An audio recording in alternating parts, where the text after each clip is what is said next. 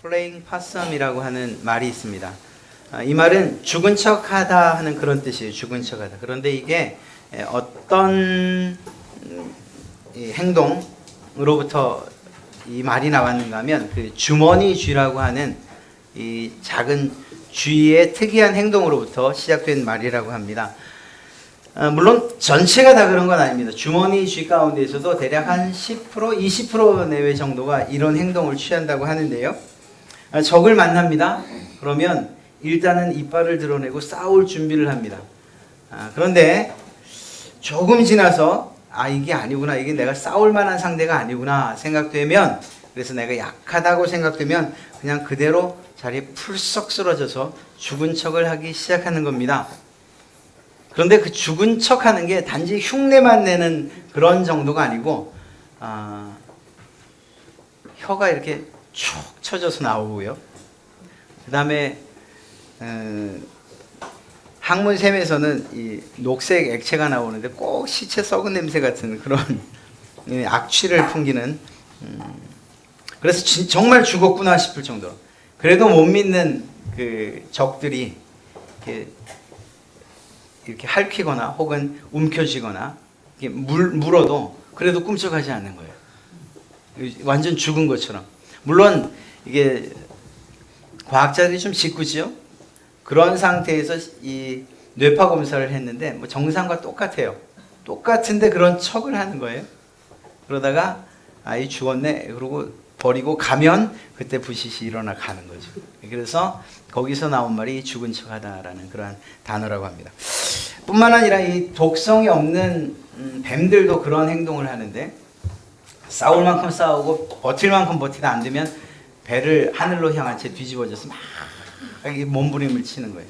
그러다가 정말 어느 만큼까지 가면 입이 피에서 나오는 게 아니죠. 입에서 피가 이렇게 나올 정도로 이렇게. 그러면 아이고 죽었구나. 도망가면 그때 또 일어나서 천천히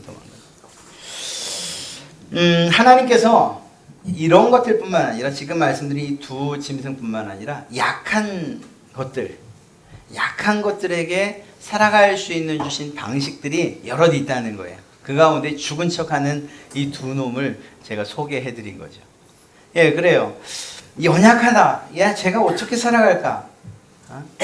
그렇게 강한 것들 사이에서 어떻게 살아갈까 싶은데, 그런데 그것들이 살아가는 방식들과 그런 방법을 하나님께서 주셨다는 거죠. 그리고 그 방법대로 참 잘 살아가는 것을 보게 됩니다. 약한 이야기를 할 때에 사실은 우리 사람을 좀 빼놔요. 어느 만큼 잘 살고 또 우리에게 위협적인 무기가 있고 또 그리고 우리가 생각하는 것과 더불어서 어려움들과 그 무서운 것들에 대해서 대처하는 방식들을 알기 때문에.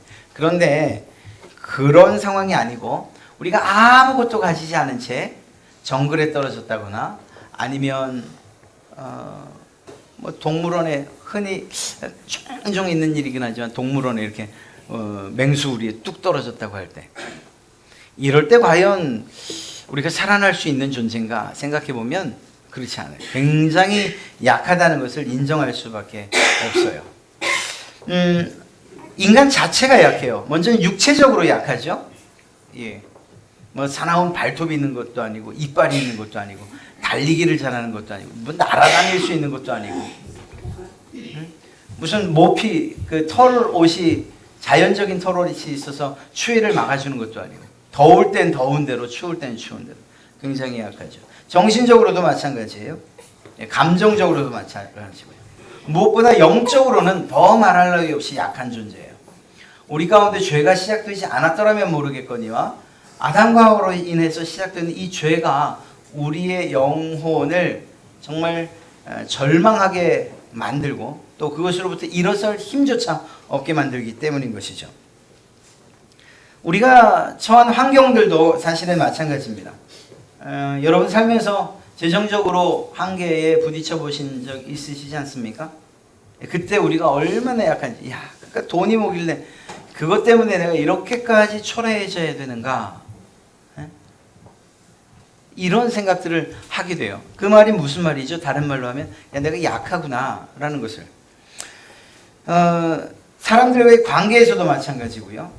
혹은 자연재해에 대해서도 마찬가지. 이렇게 환경적인 요소에 있어서도 우리는 결코 우리가 난 굉장히 강해라고 이야기할 만 하지 못해요. 어쩌면 우리 많은 사람들이 난 강하지, 난 충분히 강해, 그렇고 말고 라고 말하는 것은 목도리 도마뱀이 자기의 그것도 깃이라고 해야 되나? 하여튼 이 목도리처럼 생긴 살을 쫙 펴서 나는 힘이 있어, 너와 싸워도 이길 수 있어 라고 하는 그런 허세를 떠는 것에 불과하지 않은가 싶을 정도예요. 어찌 보면 다 똑같은데 말입니다. 그저 조금 좋은 조건 혹은 조금 가진 것이 많아서 그것 때문에 힘을 얻어 강한 척하는 것뿐이지, 정말 아까 말씀드린 대로 그냥 사람이 있는 모습 그대로 광야나 혹은 정글이나 떨어뜨려 놓으면, 그러면 거기에서 누가 강하다고 이야기할 수 있겠냐는 거예요. 그렇습니다. 모든 사람들은 다 이렇게 연약하다는 거예요. 그런데 이 연약함에 대해서 대처하는 방식들이 어떻게 보면 지혜로운 것 같은데 어떻게 보면 결국은 이 죄의 결과구나 하는 것을 생각할 수밖에 없습니다. 첫째는 약하다는 걸 부인하죠. 난 절대 약하지 않아. 내가 얼마나 강한데. 마치 개구리가 이 자기 볼따구에 바람을 뻘떡 집어넣고서는 그렇게 강하다고 말하는, 보고가 뱃속에 바람을 가득 넣고서 강하다고 하는 것처럼. 제가 그 얘기 했었죠. 개구리 실험했던. 초등학교 때 개구리를 잡아서 오랜만에 해부 세트를 선물 받았는데 하여튼 뭘 해보고 싶은 거예요. 그래서 개구리를 잡았는데 이 개구리가 똥코에다 바람을 넣으면 들어갈까 싶어 빨대로 이렇게 훅 배가 빵빵해지는 거예요. 근데 안타깝게도 빼는 방법을 모르겠어요. 제가 어쩔 수 없이 제가 그때 처음 집도를 했습니다. 의료사고로 개구리는 돌아가셨고. 그래요. 터뜨리면 아무것도 없어요. 아무것도. 그냥 바람뿐이었어요. 우리 사람들이 자랑하는 것, 내가 나를 방어하는 것, 부인하고 방어하고 핑계대고 숨고 하는 이런 것들을 가만 보면 그렇게 바람을 가득 넣고서 내가 이 정도다 하고 하는 그런 개구리 혹은 보고, 그래서 바람만 빠지면 아무것도 아니라는 것이 그냥 여실히 드러나 버리고 마는 그런 모습인 것을 보게 된다는 거죠. 우리가 그렇게 약하다는 거예요. 근데 약한데 약하지 않은 척 하려고 그렇게 살아간다는 거죠. 정말 약하다는 것을 우리가 인정한다면, 그렇다면 그 약점을 가지고서도 어떻게 살아가야 하는가 하는 그 방법까지도 좀 알았으면 얼마나 좋겠습니까? 그냥 허세 혹은 과시용 이게 아니고 진짜로 그 약함이 우리에게 좀 선하게 그리고 유익하게 사용될 수만 있다면 얼마나 좋겠습니까? 위인들 가운데는 자기가 가지고 있는 약점을 가지고서 그것이 강점이 되게 한 이들이 많아요. 예, 그런 방식으로 우리가 가지고 있는 근본적인 연약함이 어떻게 좀 강해지는 방식으로, 또 아니면 좀 더 좋아지는 방향으로 그렇게 나가면 얼마나 좋겠는가 하는 그런 생각을 해보죠. 그런데 그 대답이 오늘 여러분과 함께 읽은 말씀에 있고 또 성경에 잘 기록되어 있어요. 믿어지십니까? 하나님께서 이러한 약점들을 우리에게 두셨고 그리고 그 약점마저 사용하신다는 그러한 사실 말이에요. 우리의 생각은 그렇습니다. 하나님은 우리가 가진 강점들을 사용하실 거야. 그리고 능력이 있는 사람들을 사용하시고 힘이 있는 사람을 사용하시고 사회적인 지위가 있고 또 돈이 있는 사람들을 사용하지 않으실까? 그래도 기왕이면 다홍심하라고 좀 잘생긴 사람을 사용하지 않으실까? 그런 생각을 하지요. 그래서 그것이 실제적으로 어떻게 나타나는가 하면 교회 안에서 이 자격지심으로 나타나기도 하고 또는 누구와 비교하는 것으로 나타나기도 해요. 그래서 여기는 내가 있을 만한 곳이 안 돼라고 생각을 한다거나 아니면 비교조차 하지 않는 곳으로 편안하게 신앙생활하고 싶어하는 그런 일들도 있죠. 예, 그렇습니다. 우리는 그렇게 생각해요. 하나님은 좋은 것, 강한 것, 멋진 것 이런 걸 찾지 않으실까? 왜? 하나님이 그런 분이시니까. 그런데 그렇지 않습니다. 하나님께서 하시는 일들이 종종 우리가 하는 생각들이나 원하는 방향, 방법 이런 것들과 차이가 있다는 것을 성경이 말하고 있어요. 이사야서 55장 9절 말씀을 보면 이렇게 기록하고 있죠. 이는 하늘이 땅보다 높음 같이 내 길은 너희의 길보다 높으며. 하나님께서 하신 말씀이에요. 하나님의 길과 우리 사람의 길이 완전히 다르다는 것이죠. 또 무엇이라고 말씀하십니까? 내 생각은 너희의 생각보다 높으니라. 하나님의 생각이 사람의 생각과 비교할 수 없다라는 것을 이 이사야 선지자를 통해서 하나님이 말씀하고 계신 거예요. 네, 그렇게 우리가 상상할 수 없는 방식으로 하나님이 일하신다는 거죠. 그 방식 가운데 하나가 무엇인가 하면 바로 우리가 가지고 있는 부족함과 약점이라는 거예요. 하나님께서 이것들을 사용해서 그것을 제거하지 않으시고 너 부족해? 그거 없애주마. 그 모자라? 내가 채워주마. 약해? 강하게 해주마. 이렇게 우리 부족한 것들, 약점들 제거하는 것이 아니라 또 채우는 것이 아니라 오히려 그것을 통해서 그 있는 모습 그대로 하나님의 능력을 나타내신다는 거예요. 성경에는 연약하지 않은 사람들 투성인 것을 보게 됩니다. 성격적으로 볼 때 여러분들이 훨씬 나은 사람들이 성경에 너무 많아요. 여러분들과 비교해보면 여러분이 훨씬 낫다고요. 저는 야곱을 진짜 별로 안 좋아해요. 저는 혼났어요. 왜 그렇게 한 사람 갖고 그렇게 그냥 끈질기게 싫다 그러냐고. 그래도 싫어요, 야곱이. 너무 비열해요. 여러분은 그렇게 생각하지 않으세요? 근데 너무 비열해요. 날 때부터 그 발뒤꿈치를 잡고 나오는 것부터 그건 어쩔 수 없다 치고요. 그 장자 축복 한번 받아보겠다고 그 팥죽을 써가지고는 그 굶고 들어온 형을 속여가지고, 제가 형이거든요. 속여가지고 그거를 이렇게 장사꾼 하나 사보겠다고. 그렇게 하고 나서는 그 축복받겠다고 그 속은 이삭도 속아주지 않은 것이죠. 털 감고서는 엄마하고 작당을 해가지고 말이에요. 그 꾀를 해서. 그렇게 하고는 어떻게 해요? 그 덕분에 도망가잖아요. 도망가죠. 도망가서는 거기서 자기가 행한 그대로 당해요. 라반 삼촌에게.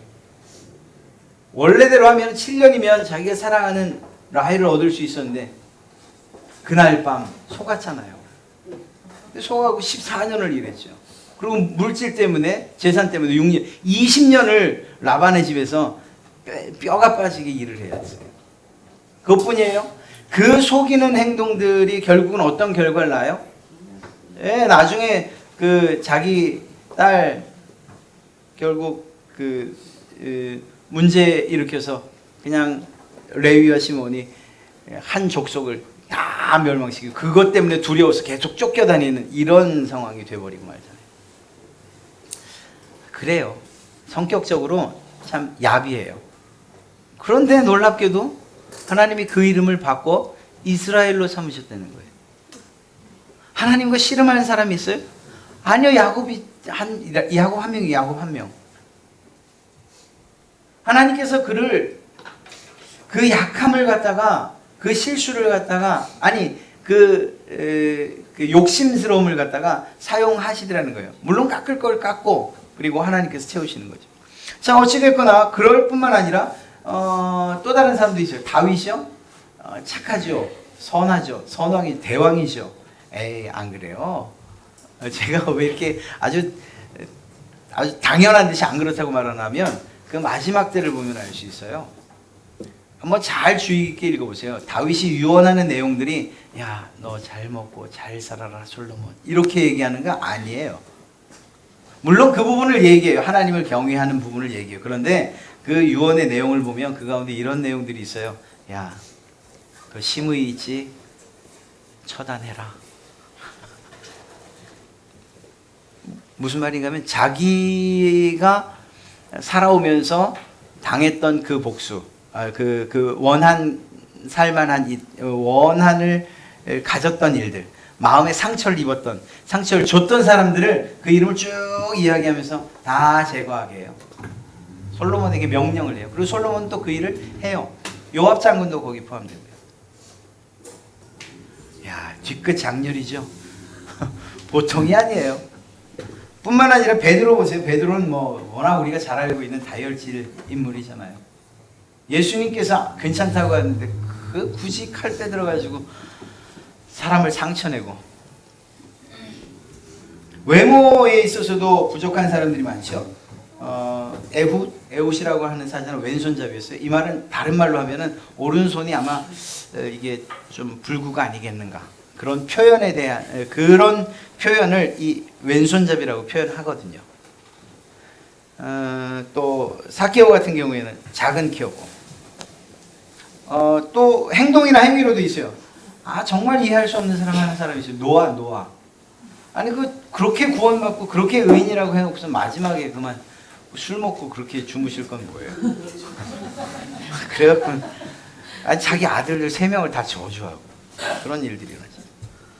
태어나면서부터 성별 때문에 이렇게 약점으로 여겨지는 여자들, 그럼에도 불구하고 하나님께서 드보라나 에스더, 기타 등등 마리아, 예수님이 족보에도 오를 만큼 그렇게 사용하시잖아요. 이런 모습들을 보는 거죠. 여러분 보세요. 어쩔 수 없는 장애, 혹은 어떤 질환, 혹은 연약한 체력, 혹은 우리가 살아오면서 겪은 비극적인 상처나 혹은 인간적인 결함, 혹은 성격의 문제, 지능과 지적 수준, 이런 것들, 이런 모든 부분에 있어서 많은 문제, 심각한 문제를 지녔다 할 때에 그 사람들이 내 스스로 생각합니다. 자기 스스로 나는 정말 하나님께 쓰임받을 수 없을 거야 라고. 그래서 어떤 반응을 하죠? 기도는 하나님 아닙니다. 나는 지극히 작은 자입니다. 지극히 작은 자입니다. 모세는 뭐라고 하죠? 난 말이 어눌합니다. 말이 정말 나 말 못합니다. 사실 모세 같은 경우에는 원래 그렇지 않았잖아요. 그러나 광야에서 양을 치는 40년이 그의 자존감을 완전히 땅에 떨어뜨려놨고 아무것도 할 수 없다는 그러한 무기력함, 그러한 자기 자신을 그렇게 무기력하게 생각하게 만들었죠. 그래서 나 말 못해. 나 그런 거 못합니다. 그런데 이것이 우리의 생각이라는 것을 아십니까? 이게 우리의 생각이에요. 하나님의 생각이 있고 다르다는 거예요. 고린도후서 4장 7절에 우리가 이 보배를 질그릇에 가졌으니 이는 능력의 심히 큰 것이 하나님에게 있고 우리에게 있지 아니함을 알게 하려 함이라. 예, 우리가 질그릇이라는 것을 사도 바울도 인정해요. 그러나 그 질그릇 안에 큰 능력 대신 보배로운 예수 그리스도를 담았다는 것, 하나님을 담았다는 것, 이 사실을 우리가 간과한다는 거죠. 그것을 우리에게 일깨워 주는 거예요. 약점이나 열등감, 이러한 것들을 과연 우리가 어떻게 다뤄야 하는가 하는 것을 좀 생각해 보고자 하는 거죠. 결론은 그거예요. 과연 우리에게 내가 없으면 좋겠거니와 약한 부분도 없고 부족한 부분도 없으면 좋겠거니와 그냥 내 스스로 내 속을 들여다보면 얘는 모자란 게 이렇게도 많은가, 차라리 있는 걸 찾는 게 빠르겠다 싶을 정도로.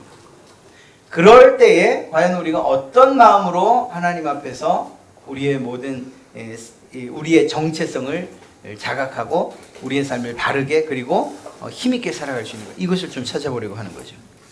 성경에서는 이 야곱이나 요셉이나 모세를 예로 들면 자신들의 문제들을 인간적인 방법으로 해결하려고 하는 그런 경우가 있어요. 물론 그렇지도 않지만 말입니다.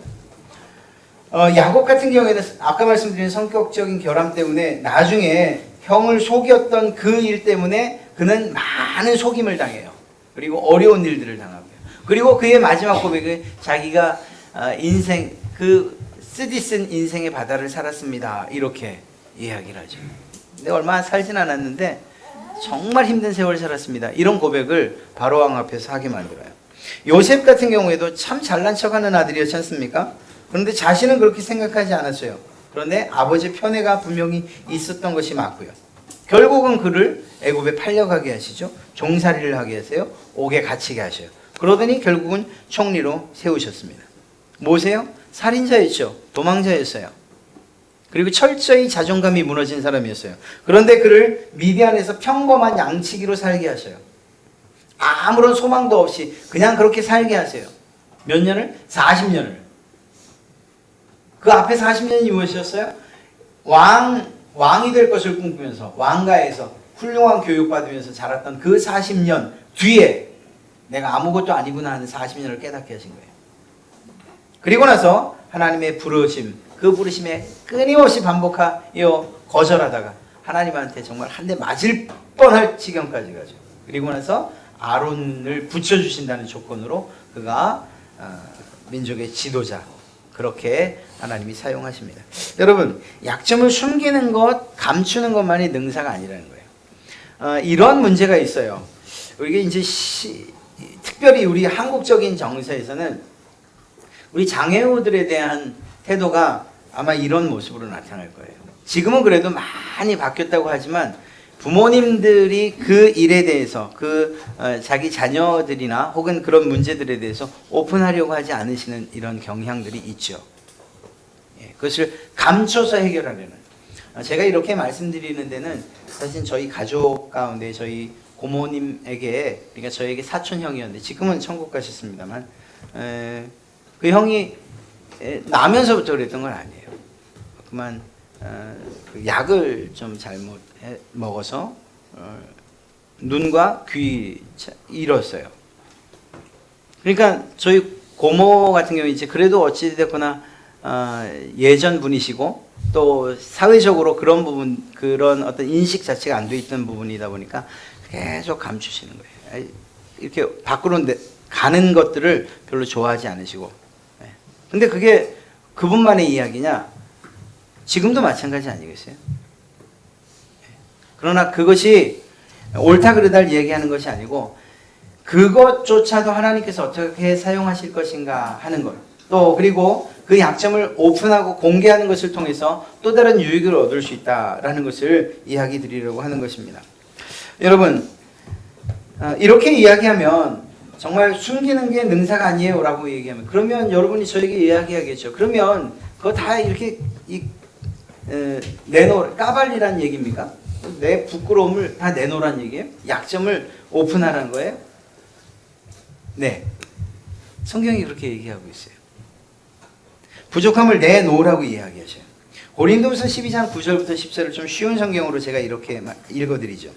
그때마다 하나님께서는 이렇게 말씀하셨습니다. 안 된다. 그러나 내가 너와 함께 있으마. 내게 내리는 은총은 그것으로 충분하다. 내 능력은 약한 사람에게 가장 잘 나타난다. 하나님께서 하신 말씀이에요. 주님께서 하신 말씀이에요. 내 능력은 약한 사람에게서 가장 잘 나타난다. 이제 나는 내 약한 것을 기쁘게 자랑합니다. 사도 바울의 말이죠. 나의 힘이나 능력을 나타내 보이기보다는 그리스도의 능력을 생활로 증거하는 것을 기쁘게 여기고 있습니다. 나는 모든 것이 그리스도를 위한 것임을 알기에 그 가시도 모욕도 고통도 박해도 어려움도 온전히 기쁘게 받아들입니다. 내가 약할 때 나는 강하기 때문입니다. 무력해질수록 나는 그만큼 더 그리스도를 의지하기 때문입니다. 사도 바울의 고백이에요. 사도 바울이 실제적인 이러한 경험을 한 자이기 때문입니다. 여러분, 오늘 우리가 읽었던 말씀을 쭉 읽어보면 사도 바울이 3번을 기도한 기도 제목이 있어요. 그것이 무엇이었는지 정확히는 모르겠지만 아마도 그가 가지고 있는 안질이나 또 다른 어떤 질병이 아니었겠는가. 이 안질은 예수님을 만났을 때 그 강력한 주님의 임재 가운데에서 그 눈이 상했었잖아요. 그리고 나서 눈병, 이 안질이 걸렸을 것이다. 이렇게 이야기를 해요. 안질뿐만 아니라 또 다른 질병이 있었을 것이라고 얘기하죠. 복음 사역을 해야 하는, 복음을 전해야 하는 이 사도 바울의 입장에서는 이게 너무 힘들었던 거예요. 그래서 사도 바울은 성경을 쓸 때에도 큰 글씨로 쓰고 할 수 있는 대로 대피를 시켰잖아요. 자기가 직접 쓴 글은 뭐 이렇게 자잘하게 쓴 적이 없어요. 큰 글씨로 썼다고 그가 이야기를 해요. 그러니까 복음을 전하는 입장에서 하나님, 나 이거 좀 고쳐주십시오. 이거 마땅한 기도죠. 나 이 약점, 내 이것만 없으면 좀 더 하나님 일 열심히 할 수 있겠습니다. 라고 이야기한다는 거죠. 그래서 몇 번을 기도했다고요? 3번을 기도했다고요. 오늘 그렇게 말씀하고 있잖아요. 3번을 기도했다고. 그런데 주님께서 그것을 듣지 않으셨어요. 그리고 그 은혜가, 내 은혜가 내게 족하다, 이렇게 말씀하셨죠. 사랑하는 성도 여러분, 주님께서 그렇게 말씀하셨다라고 한다면, 그렇다면 우리가 그 편에서 이제는 생각을 해봐야 되는 거예요. 아, 하나님이 내 약점, 그것을 감추는 것을 원하지 않으시는구나. 오히려 그것을 오픈하고 공개할 때 그것을 사용해서 일하신다고 하는구나. 이런 관점에서 우리가 살펴봐야 됩니다. 그리고 그러한 약점이, 우리는 숨기려고 하는 그러한 약점이 우리에게 주는 유익들이 무엇인가를 좀 살펴봐야 되는 거죠. 첫 번째 무엇인지 아십니까? 오늘 방금 읽었던 고린도후서 12장 9절부터 10절 말씀, 그 마지막 절에 있는 것처럼 무력해질수록 나는 그만큼 더 그리스도를 의지하기 때문입니다 라고 하는 이 말씀이에요. 여러분 언제 기도하세요? 제가 특별 새벽 기도회나 혹은 이렇게 새벽 기도를 여러분에게 소개시킬 때 종종 우스갯소리로 빼놓지 않는 그런 말이 있죠. 여러분 문제가 있어 보세요. 제가 새벽 기도 나오라고 하지 않아도 아마 나오실걸요. 그건 정답이에요. 문제가 있으면 마땅히 하나님 앞에 나올 수밖에 없어요. 문제가 있으면 그러면 더 하나님 앞에 나와 예배하기를 간구해요. 문제가 있으면 통곡도 해요. 누구 바라보지 않아요. 뭐 누가 창피한 게 어디 있어요. 지금 내 코가 석자고 이 문제가 해결돼야 되는데. 여러분 문제가 있고 어렵고 그래서 그걸 해결할 수 없다는 생각이 들면 그러면 그 해결할 수 있는 유일한 방법, 즉 하나님께로 나올 수밖에 없는 거예요. 사도 바울이 고백한 것처럼 무력해질수록 나는 그만큼 더 그리스도를 의지합니다. 이 고백이 우리에게도 있다는 거죠.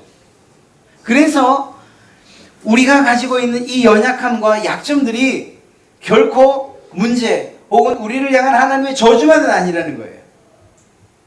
그것을 통해서 하나님을 더 가까이 하나님께 더 가까이 나가고 하나님을 의지하게 되기 때문인 것이죠.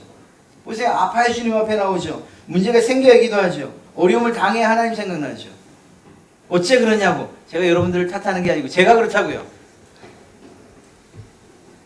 우리가 그렇다고요. 이러한 생각들을 참 부끄럽기 그지없는 일이지만 그러나 이 사실에 대해서 인정하고 우리의 연약함에 대해서 하나님 앞으로 나아가는 것으로 그 연약함을 해결하자는 것입니다. 고린도전서 1장 28절과 29절에 무엇이라고 말씀하고 있습니까? 그러나 하나님께서 세상의 미련한 것들을 택하사 지혜 있는 자들을 부끄럽게 하려 하시고 세상의 약한 것들을 택하사 강한 것들을 부끄럽게 하려 하시며 하나님께서 세상의 천한 것들과 멸시받는 것들과 없는 것들을 택하사 있는 것들을 폐하려 하시나니 이는 아무 육체도 하나님 앞에서 자랑하지 못하게 하려 하심이라. 이 말을 바꿔 얘기하면 무엇입니까? 우리가 많이 가졌습니까? 지혜롭습니까? 강합니까? 귀합니까? 존중을 받습니까? 그러면 하나님 앞에서 자랑한다는 거예요. 뭘? 나를. 우리의 약점이 주는 유익이 바로 그거예요. 하나님을 의지하게 할 뿐만 아니라 우리 안에서 나도 모르게 자라는 이 교만을 꺾어요. 무엇인가 승승장구하고 있습니까? 나는 못하는 일이 없어. 그저 내게 맡겨만 주시면. 그러다 어느 날 하나님이 톡 건드셔서 똑 꺾이면 아무것도 할 수 없는 걸 알아요. 경험해 보신 분들은 이 말이 무슨 말인지 알아요.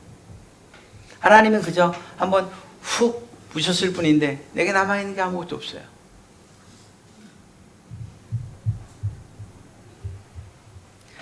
있을 때는 할 수 있어요 라고 말했는데 정말 그것이 다 사라지고 나니까 온전히 그저 내 약한 부분들만 드러나다 보니까 교만할 수가 없어요. 오히려 그것 때문에 하나님 앞에 더 낮아질 수밖에 없는 거예요. 고린도서 12장 7절에 우리가 읽었던 말씀 한번 보십시오. 그 말씀을 보면 다만 이 말을 덧붙여 두고 싶습니다. 쉬운 말씀으로 읽어드릴게요. 하나님께서는 내가 그 놀라운 경험 때문에 교만해질까봐. 이게 무슨 말이에요? 삼층천을 같은 하늘을 보고 왔어요. 그런데 그것을 말하지 않겠다고요. 왜? 교만해질까? 그것을 잘 표현하지 못할까봐, 또 교만해질까봐. 그래서 이러한 놀라운 경험 때문에 내가 교만해질까봐, 하나님의 은혜를 체험한 그 놀라운 경험 때문에 내가 교만해질까봐 내 몸에 가시로 찌르는 것 같은 병을 주셨다는 것입니다. 그 병은 사단의 사자가 되어 내가 교만해지지 않도록 나를 괴롭히고 고통을 줬습니다. 언제까지? 주님 부르시는 데까지. 얼마나 안타까운 일인지 알 수 없어요. 우리는 이 글을 보면서 참 사도 바울이 정말 불쌍하다. 큰일을 했는데 이렇게 고통을. 그게 아니라니까요. 그게 아니에요. 우리에게 이런 가시와 같은 것이 있다면 이것이 우리를 교만하지 못하고 오히려 하나님 앞에서 겸손하게 하는 그것이라는 것으로 우리가 인정해야 된다는 것입니다. 가시로 찌르는 것 같은 병을 왜 주셨어요? 교만하지 않게 하시기 위해서. 여러분들에게 재정적인 문제가 혹시 있으세요? 아이들의 문제가 있으세요? 혹은 사업 간의 문제가 있으셔요? 사람과 사람 사이에 정말 이 커뮤니티에 문제가 있으세요? 그 문제 때문에 낙심하라고 하나님이 그 일과 그 상황을 버리신 게 아니라니까요. 그것 때문에 하나님을 원망하고 불평하라고 그 일 가운데로 밀어넣으신 게 아니라니까요. 그 일을 통해서 내가 하나님 앞에 더 낮아져야 하는구나, 하나님을 더 의지해야 하는구나 하는 이 사실을 깨닫고 주님 앞에 나오게 하시기 위해서, 더 정확하게 말하면 하나님이 도와주고 싶으셔서, 하나님이 그 문제를 해결해 주고 싶으셔서, 하나님의 능력을 여러분의 약함 가운데 나타내 보이고 싶으셔서, 그래서 여러분에게 나오라고, 오픈하라고 말씀하시는 거예요. 여러분, 이것이 하나님과 우리 사이에 약함으로 얻는 유익이에요. 사람과 사람 사이에는 유익이 없냐고요? 없겠지요. 목사님, 그게 무슨 말이에요? 저 사람이 내 약점 알면 가만두겠어요? 아니요, 그렇지 않아요. 모르겠어요. 사회에서는 그런지 모르겠어요. 그러나 교회 안에서의 우리의 약점의 오픈은, 우리의 부족한 것을 이렇게 드러내는 그 일은 두 가지 유익을 갖고 와요. 첫 번째 무엇인가 하면, 믿는 사람 사이에 그 관계를 활발하게, 이상한데요. 여러분, 누군가에게 마음을 열지 않고서 그 사람과 진지한 대화가 이루어질 수 있을까요? 그렇지 않아요. 그런데 그 이야기를 하는 아주 가장 기본적인 커뮤니티 가운데에서, 그 기술 가운데에서 내 자랑하면서, 여러분 아주 그냥 단도직입적으로 예를 들죠. 엄마들이 이렇게 모였어요. 그래서 정말 좋은 이야기들을 막 하려고 하는데 어떤 한 엄마가 난 참 고민이 있어요. 뭔데? 우리 아이가 서울대를 갈지 연세대를 갈지 결정을 못했어요. 이러면 싸해지고 아무런 대화도 안 돼요. 그분에게는 아주 큰 고민이고 겸손한, 아주 걱정거리처럼 얘기했지만 그건 교만이에요. 자기 자랑을 한 거예요. 자기 자식을 자랑한 거예요. 무슨 얘기인가 하면요, 나를 높이고 내 자랑하는 가운데에서는 진정한 커뮤니티가 이루어지지 않아요. 어떤 한 사람이 35평에 대해서 얘기했습니까? 그러면 40평 되는 사람이 가만히 있겠어요? 그렇지. 그래요. 참, 근데 우리 집이 조금 더 넓어서 50평밖에 안 되는데, 이렇게 나오지 않겠어요? 그러면 얘기가 안 돼요, 얘기가. 그때부터는 경쟁만 시작되는, 경쟁만. 어떻게 하면 잡아먹을 수 있을까? 어떻게 하면 안 잡힐 수 있을까? 진정한 성도들 간의 교제는 내 약점이 오픈되는 것으로부터, 그래서 그 사람에게도, 상대에게도 나도 그런 아픔이 있고, 내게도 그런 슬픔이 있고, 내게도 그런 약점이 있고, 내게도 그런 부족함이 있고, 이 문제를 어떻게 해야 돼요? 주님께로 나아갑시다, 이런 결론에 도달하게 돼야 되는 거예요. 뿐만 아니라 그렇게 해서 이러한 마음의 문이 열려졌습니까? 그리고 그 문제를 서로 상호간에 이야기했습니까? 그 이야기한 것으로 인해서 상대방이 힘을 얻는 거예요. 예를 들어서 정말 힘든 그냥 단도직입적으로 예를 들죠. 암에 걸리신 어떤 분이 계셨어요. 혹은 어떤 질병이 있으신 분이 계셨어요. 혹은 자녀가 문제가 있으신 분이 있었어요. 혹은 사업이 정말 힘들었던 분이 있었어요. 이분들이 자기가 하나님 앞에서 그 문제를 어떻게 해결했는가 하는 그러한 경험을 가지고 있다면 그 이야기 가운데서 어떤 유익이 있을까요? 동일한 문제를 가지고 있는 사람의 아픔을 알 뿐만 아니라 그가 일어설 수 있는 힘을 주고 또한 지혜를 제공하지 않겠어요?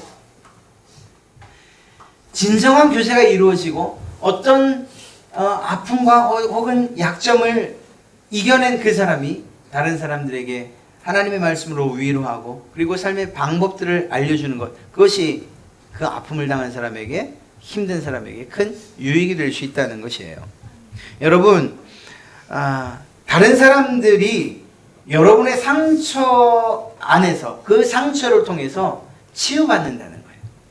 정말 놀라운 일 아닙니까? 여러분이 의사도 아닌데 저도 마찬가지고. 그러나 물론 잘 돼서만 아니에요. 나보다 더 큰 아픔을 가지고 있는 사람 볼 때 난 이건 정말 아무것도 아니구나. 그렇게 위로를 받을 수도 있는 거죠.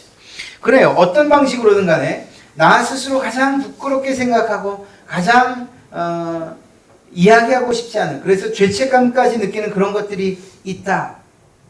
그러나 그것들이 오픈될 때 결국은 하나님이 다른 사람들을 치유할 때, 나의 아픔을 통해 다른 사람을 치유할 때 가장 강력한 도구로 사용하신다는 거예요. 무엇을? 우리의 부족함과 연약함을. 그러면 나는 다른 사람을 위해서만 아파야 하나요? 아니죠.